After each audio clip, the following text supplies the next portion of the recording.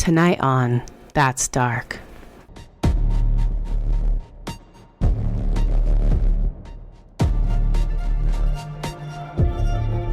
Hello, everybody. I'm Heather. And I'm Alyssa.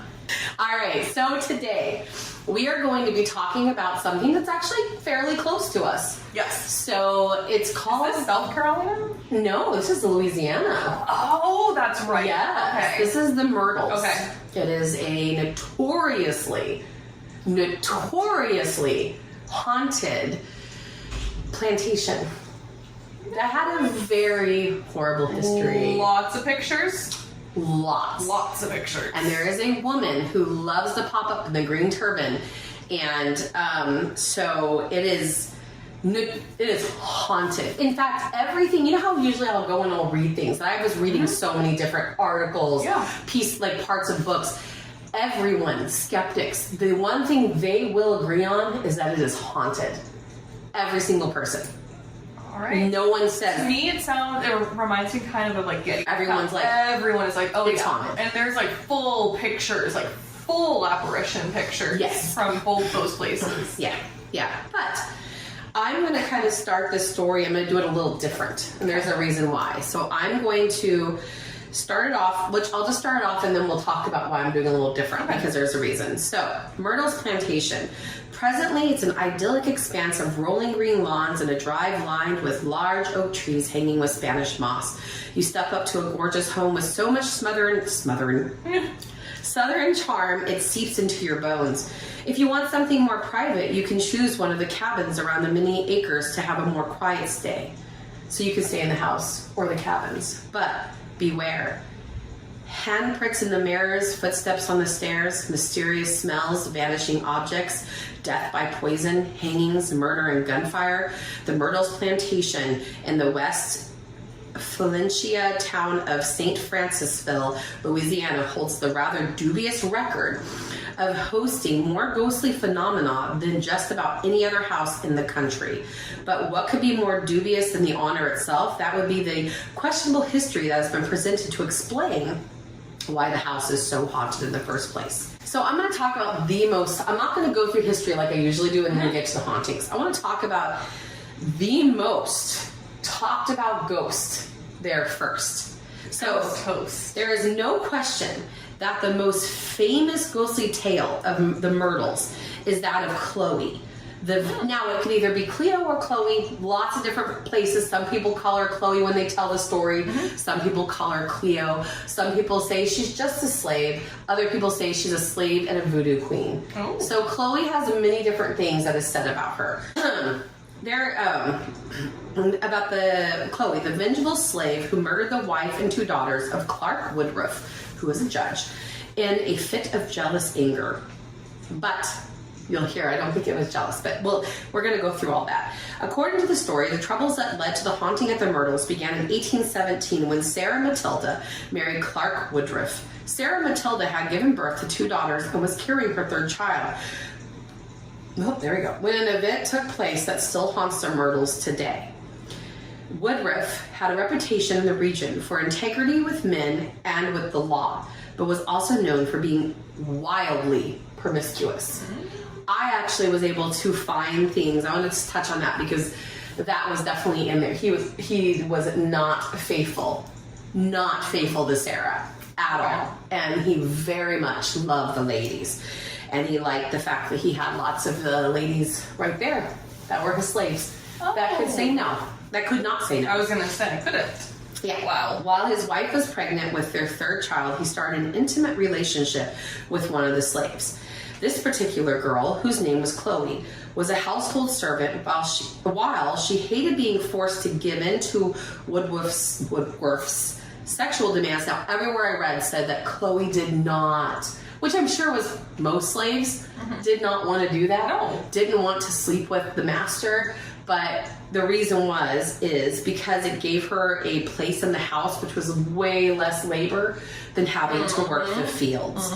So she was worried. So eventually Woodruff tired of Chloe and chose another girl to force himself on. Chloe feared the worst, sure that she was going to be sent to the field, and she began eavesdropping on the Woodruff family's private conversations, dreading hearing the mention of her name. One day, the judge caught her. He's the judge, so he's, caught her at this and ordered that one of her ears be cut off to teach her a lesson and put her in her place. Oh my God. So I read if that was actually a thing, and it was. Like, the slaves would have things cut off of them. What the fuck? Stealing, they could lose a hand if it was a woman, but they still had to do just as much work. What? Yeah. Oh my God. Mm-hmm. So, hold on. Okay. After, to teach her a lesson and put her in her place. After that time, she always wore a green turban around her head to hide the ugly scars the knife had left behind. What actually happened is still unclear about what happened, so what's coming up. Some claim that what occurred was done so that the family would just get sick. So basically, some claim that Chloe wanted to kill them. Some claim that she was doing it so she could nurse them back to health and like solidify her place in that family. Got it. So basically, Chloe took oleander flour, crushed it up, and decided to poison the birthday cake that she made. So she mixed it with the flour and sugar, was a handful of crushed oleander flowers. The two children and Sarah Matilda,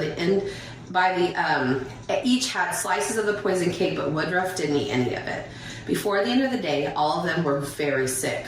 Chloe patiently attended to their needs, never realizing if it was an accident, that she had given them too much poison. She never realized it wasn't by accident she had given them too much poison.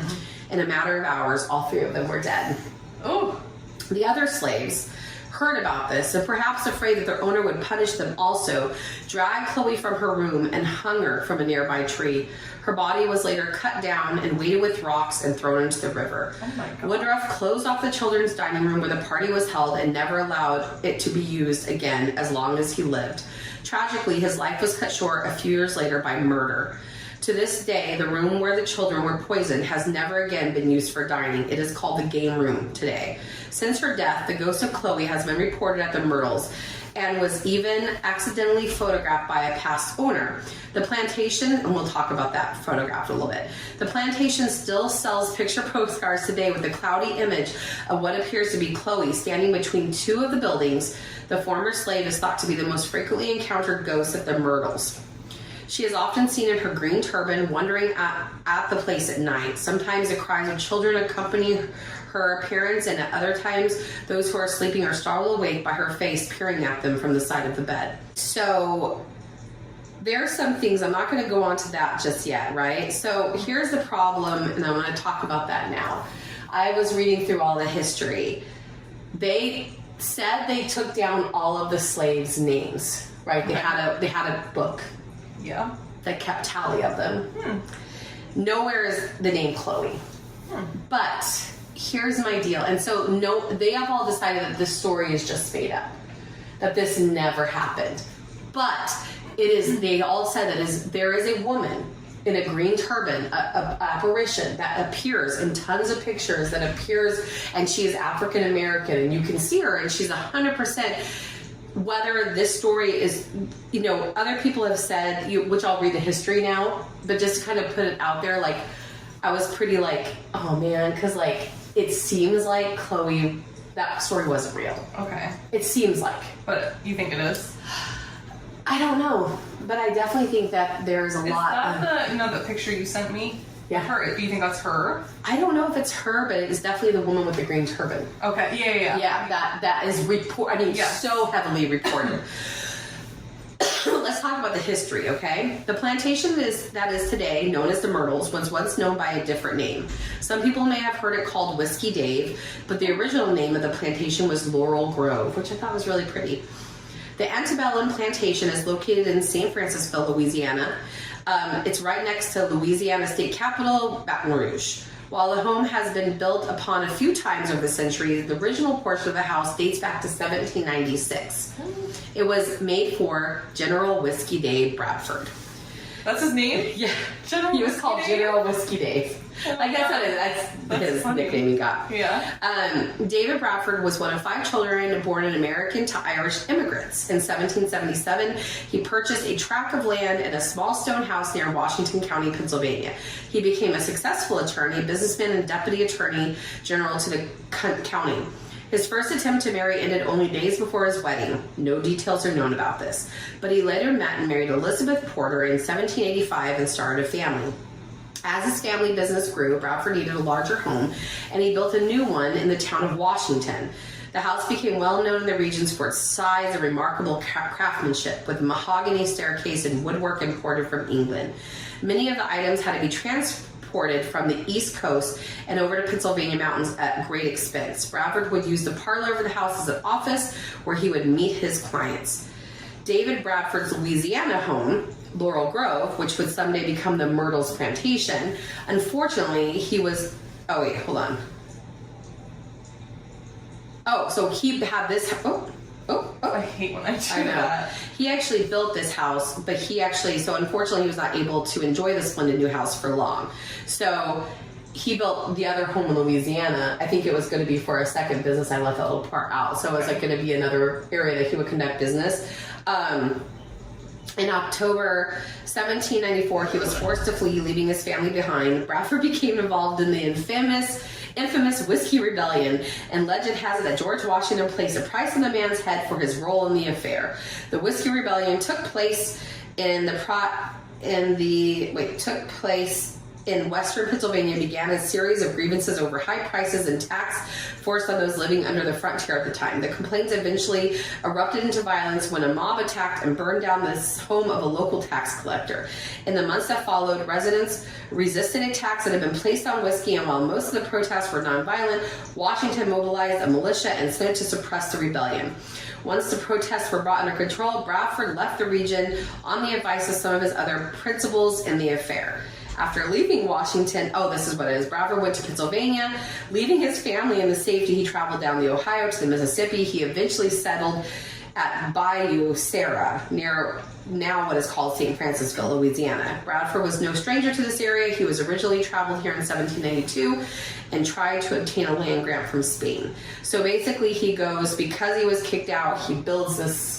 I'm just going to paraphrase because there's a lot in there that I wrote. He, built this, and he does eventually get what do you call that?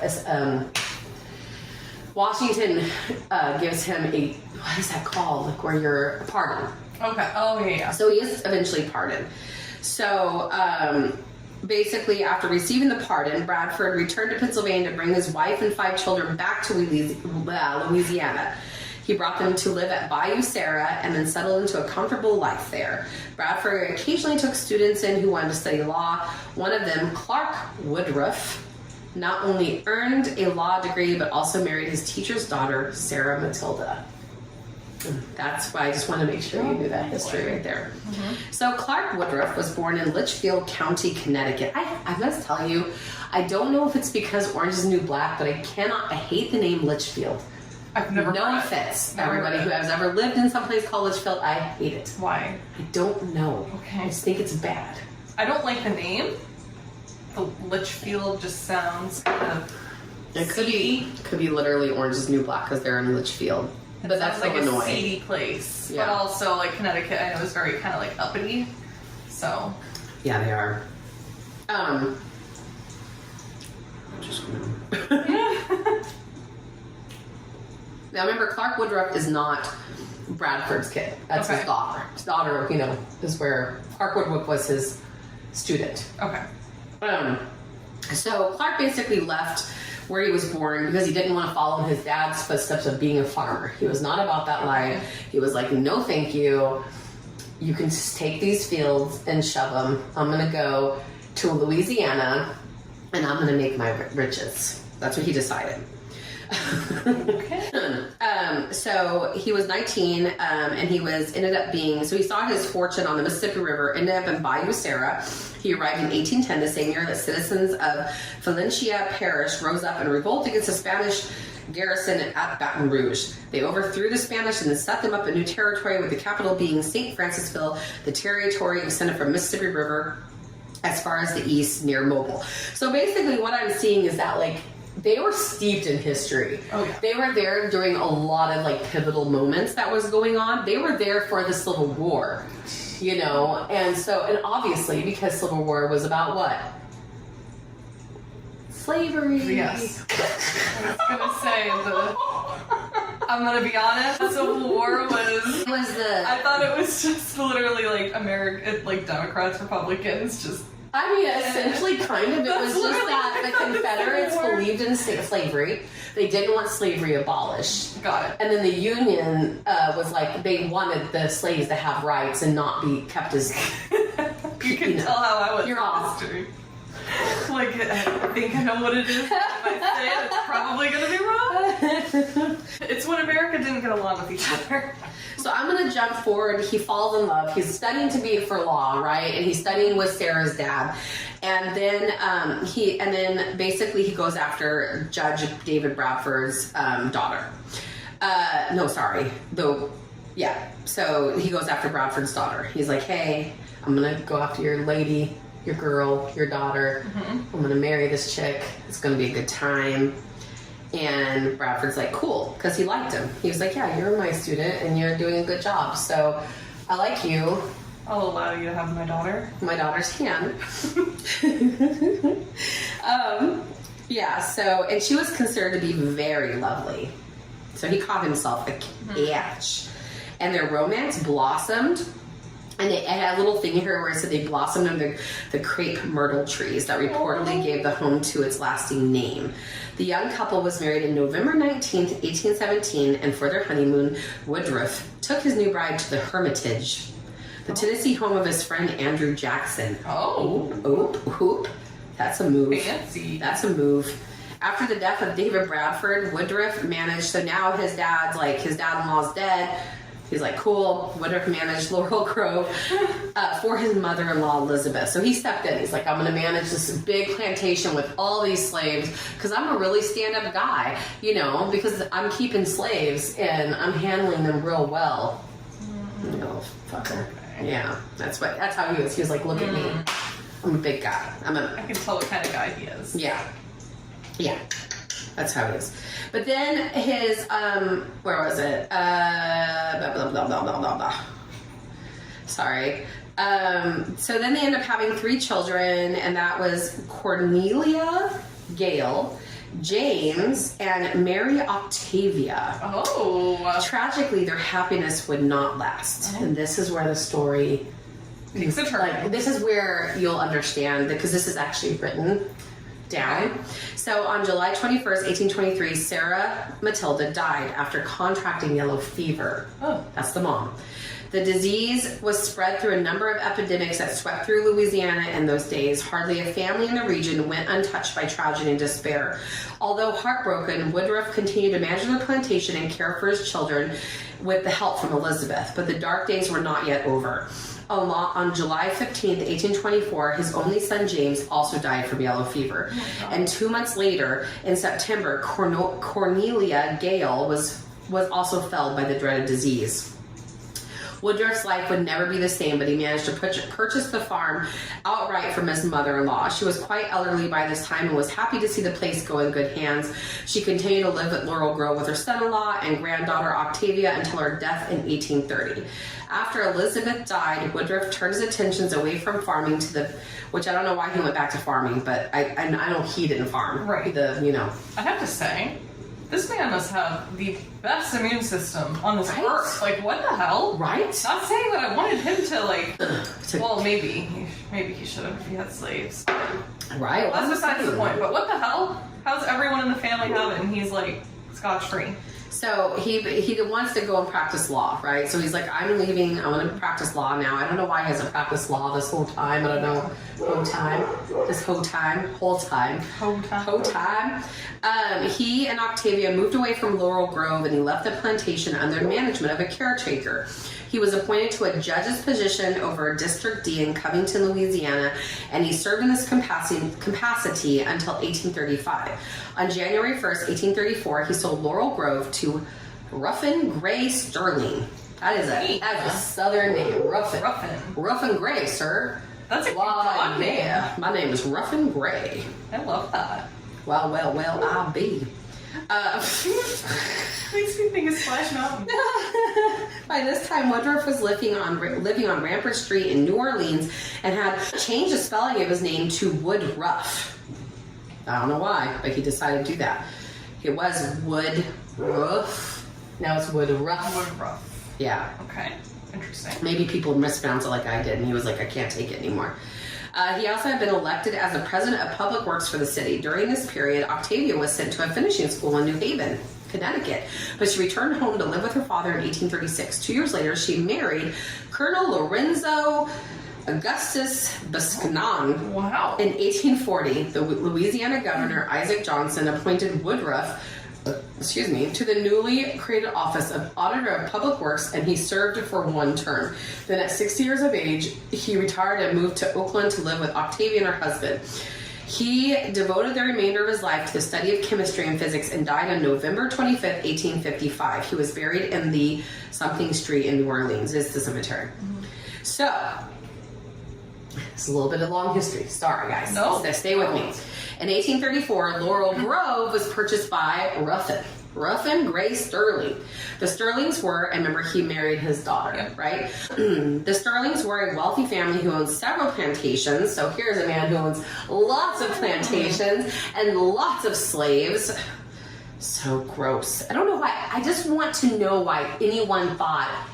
I don't, because obviously when the union broke off, so the union was like, yeah, this isn't right. Yeah. Like, why did anyone think, oh, this is okay? I think that all the time. Like, obviously, I didn't live in that time. I know things were very, very, very different from what they are now, but it's like, how do you just buy a human? You know, like, to me, that's freaking nuts. Treat them like an animal. Worse than an animal. Worse than an animal. You shouldn't even treat animals, though. Animals are my But babies, but I'm saying, like, for them back then, like, with their mindset, like... I just don't get it. The fact that women didn't have a choice to be able to sleep, that the men were just, I just can't, guys. I can't. I'm sorry. When I read about slavery, I just get so freaking angry. Yeah. I'm like, Yep. Okay, where was I? Oh, so he owned several plantations. On January 1st, Ruffin Gray Sterling and his wife, Mary Catherine Cobb, took over the house, land, and buildings of all the slaves that had been bought from Elizabeth Bradford by her son-in-law. So there you go. She brought that house and all the slaves that came with it. Wonderful. Since the Sterlings were leaders in the community, they needed a house befitting their social status. They decided to remodel Laurel Grove. Sterling added a broad central hallway in the entire southern section. The walls of the original house were removed and repositioned to create 4 large rooms that were used as separate ladies' and gentlemen's parlors, a former dining room, and a game room. Trips to Europe to purchase fine furnishings resulted in the importation of skilled craftsmanship as well. Elaborate plaster cornices were created for many of the rooms, made with a mixture of clay, Spanish moss, and cattle hair.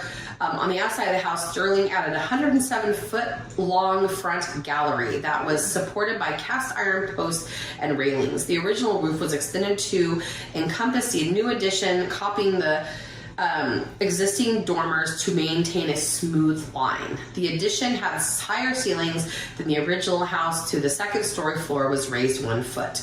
The completion project nearly doubled the size of David Bradford's house, and in keeping with the renovations, the name of the plantation was officially changed to the Myrtles.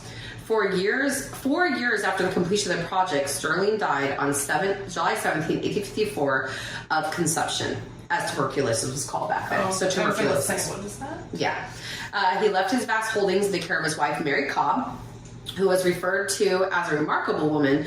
Many other plantation owners stated, rather patronizingly from a 21st century point of view, that she had the business acumen of a man. which was high praise for a woman in those days, as she managed to run all her farms almost single-handedly for many years. But again, I'm just going to put in there, that's great. She ran slaves. Right. So, not so great, okay? In spite of this, the family was often visited by tragedy. Of 9 children, only 4 of them lived to be old enough to marry. The oldest son, Louis, died in the same year of his father. Daughter Sarah Mulford's husband was murdered on the front porch of the Myrtles of the house after the Civil War. The war itself wreaked havoc on the Myrtles and on the Sterling family. Many of the family's personal belongings were looted, destroyed by Union soldiers, good, and the wealth they had accumulated was ultimately worthless Confederate currency. Yep. To make matters worse, Mary Cobb had invested heavily in sugar plantations that had been ravaged by the war. She eventually lost all of her property. She never let the tragedies of the war and the others that followed overcome her. I wish it did. And she held on to the Myrtles until her death in 1880. She was buried next to her husband in a family plot, in that place. On December 5th, 1865, Mary Cobb hired William Drew Winter, her husband of her daughter, Sarah Mulford, to act as her agent and attorney and to help her manage plantation lands. As a part of the deal, she gave Sarah and William the Myrtles as their home. So then the murder of William Winter. William had been born to Captain Samuel Winter and Sarah Bauman on October 28, 1820 in Bath, Maine. Little is known about his early life or how he managed to meet Sarah Mulford Sterling. However, they were married on June 3rd, 1852 at the Myrtles, and together they had 6 children: Mary, Sarah, Kate, Ruffin, William, and Francis. Kate died from typhoid at the age of 3. The Winters first lived at Grantmore Plantation near Clinton, Louisiana. Then they bought a plantation on the side of the Mississippi known as the Arbroath. 12 years after the death of Ruffin Sterling, the Civil War, William was named as agent attorney by Mary Sterling to help her with the remaining lands. And 2 years later, however, on April 23rd, the property was sold back to Miss Sarah Winter as their heir of her late father, Ruffin Sterling. It is unknown that what has occurred caused a reversal of the fortune. So, it was given to him, but then it was given back to this one daughter. So basically, no one knows why this happened, but on the front porch of the Myrtles, where William Drew was shot and killed, his murder was never solved. However, he did not, as legend claims, because there's a legend that says he stumbled up the stairs and then died on the 17th step. But the fact is, he just died on that porch. He was shot and killed on that porch, but it was never solved. No one knows why. No one has any idea. I've looked everywhere. That's bizarre. But soon after tragedies struck the Myrtles once more, according to the January 1871 issue of Point Coupe Democrat newspaper, Winter was teaching a Sunday school lesson in the gentleman's parlor of the house when he heard someone approach the house on horseback. After the stranger called out to him saying he had some business with him, Winter went out into the side gallery of the house and was shot. He collapsed on the porch and died. Those inside of the house, stunned by the sound of gunfire, retreating hoofbeats, hurried outside to find the fallen man. Winter died on January 26, 1871, and was buried the following day in the cemetery at Grace Church. The newspaper reported that a man named E.S. Weber was to stand trial for Winter's murder, but no outcome of the case was ever recorded. As far as it is known, Winter's killer remains unidentified, unpunished. Sarah was devastated by the incident and never remarried. She remained at the Myrtles with her mother and brother until her death in 1878 at the age of 44. So that's pretty much all the history. And I was pretty disappointed. Only because, obviously Sarah and her children died of yellow fever. Right. I mean, that was in there. Yeah. But can I say there was not a slave that, can I say that there was not, maybe she was not named Chloe. Right. She had a different name. That could have been her alias. There's 100%. No, she didn't kill, right? She obviously didn't kill the children. Didn't they use different names for the slaves than what their actual names were? They so sure maybe did. Her real name was Chloe, and just what was written down in the book. Yeah, they sure did. Yeah, they did do that. So, but I just think it's interesting because obviously, and I'm going to go ahead and just read really quickly the different hauntings they have. I do want to say, what do you think about maybe a slave shot him? I wonder. I mean, I would think if I was a slave in that situation, I would. Yeah. hell yeah. Yeah. You know? Yeah. Maybe he had an opportunity. He's like, I'm going to take it. Yep. I'm sick of this man. Yeah. You know? I'm sorry. You can't be a good person and own people. No. You just can't. I don't care if this woman was business-minded. Don't give a crap. You can't own people and be a good person. No. Period. Come at me, bro. I don't care. Like, you can't. Like, I'm sorry. You just can't. Yeah.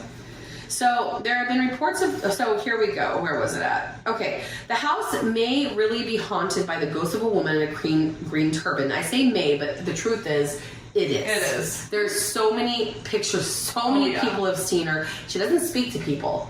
She appears, she walks around, she goes away. Like they're saying. I'm gonna like put in the picture of her. So yes. If you're watching. There's a few. The podcast, I'll add in some pictures now. Yes. It's crazy. It is crazy. Absolutely. The Williams family had an ongoing tale about her, and while it may have been a story that was never meant to be told outside the family, the story spread nonetheless. They admit that while the ghost apparently did exist, no identity was ever given to her. It was also very likely that something unusual was going on at the Myrtles. When Marjorie Munson lived there, which led to her seeking answers. And this is a woman in the 1950s that took over, to her first introduction on the ghost in the green headdress. Did she see the ghost? Who knows? But many others have claimed they have. Frances Myers claimed that she encountered the ghost in the green turban in 1987. She was asleep in one of the downstairs bedrooms when she was awakened suddenly by a black woman wearing a green turban and a long dress. She was standing silently beside the bed, holding a candlestick in her hand. She was so real that the candle even gave off a soft glow. Knowing nothing about ghosts, Myers was terrified and pulled the covers over her head and started screaming. Then she slowly peeked and reached out a hand. And as she slowly peeked and reached out a hand to touch the woman who had never moved, and to her amazement, the apparition just vanished. Others claim that they have seen the ghost, and in fact, she was reportedly photographed a number of years ago. The resulting image seems to show a woman, but it does not fit the description of a young woman like Chloe would have been. It in fact looks like an older woman that was described by the Williams family. Could this be the real ghost of the Myrtles? There have been many reports of children who are seen playing on the wide veranda in the hallways and in the rooms. The small boy and a girl, maybe the Woodruff children, while not poisoned, died within months of each other during one of the many yellow fever epidemics that brought tragic to the Myrtles. A young girl with long curly hair and wearing ankle-length dress has been seen floating outside the window of the game room, cupping her hands and trying to peer inside through the glass. Is she Cornelia Gale Woodruff, or perhaps one of the Sterling children who did not survive into adulthood? The grand piano on the first floor plays by itself, usually repeating the same chord over and over again, but sometimes it continues on through the night. When someone comes into the room to investigate the sound, the music starts and will only start again as soon as they walk out the room. Scores of people have filed strange reports about the house in recent times. Various owners have taken advantage of the Myrtles' infamous reputation, and the place is now open to guests for tours as haunted bed and breakfast. Rooms are rented in the house and cottages on the ground. The plantation has played host to a wide variety of guests and thrill seekers. Ghost adventures have been there. Over the years, a number of films, documentaries has been done, which I watched quite a few, which was really cool. So basically, so many rumors surround this land, and I couldn't find a lot on the land prior, but that's, this time I don't necessarily think maybe it's the land. Again, tragedy after tragedy, but it was back then. But there was there 10 murders, lots of suicide? No, I couldn't find. Sorry, everybody, it's Florida. They can't confirm that one murder. They can't confirm the yellow deaths that happened in the house, and then the guy that died of the the woman died of typhoid. The man who died of tuberculosis. But we can all agree that this house has a very dark history. Oh yeah, because it had slaves. Yeah. That alone gives it dark history, and then all the happenings. And I did find out that the judge was a womanizer, and he just, and he definitely messed with the slaves, and it checks out, because I think that's pretty much what all of them did. Yep. So other things that I didn't write down, because I've like been obsessed with the Myrtles, so I know quite a bit, is they have the mirror with the handprints. Okay. They cannot get it to stop having, so they'll clean the mirrors, and handprints will be on the mirrors. Like That's before crazy. anyone comes, before anyone, like in the middle of the night, they might check and there'd just be handprints. Is that a door? That was on the mirrors. That comes through. Wild. Yeah. Other guests have reported being grabbed by the ankles, grabbed. They'll go into the basement. A lot of activity in the basement. Wow. Again, I wonder if that's something to do with slaves, slavery, I was just gonna things like say. that. I'm just gonna say, like, when you have something negative like that. Oh, my other thing was, and I couldn't find anything. They have cabins all over the grounds, right? That you can go sleep in. Old cabins. Mm-hmm. What were those? Yep, I was just... That you're putting people in who have had tons of reporting of being haunted in those as well. Like, what were they? I couldn't find it. Have you seen the episode of Ghost Adventures with it? We need to see I that. can't find it. Oh! Yeah, but let me tell you guys, look up YouTube.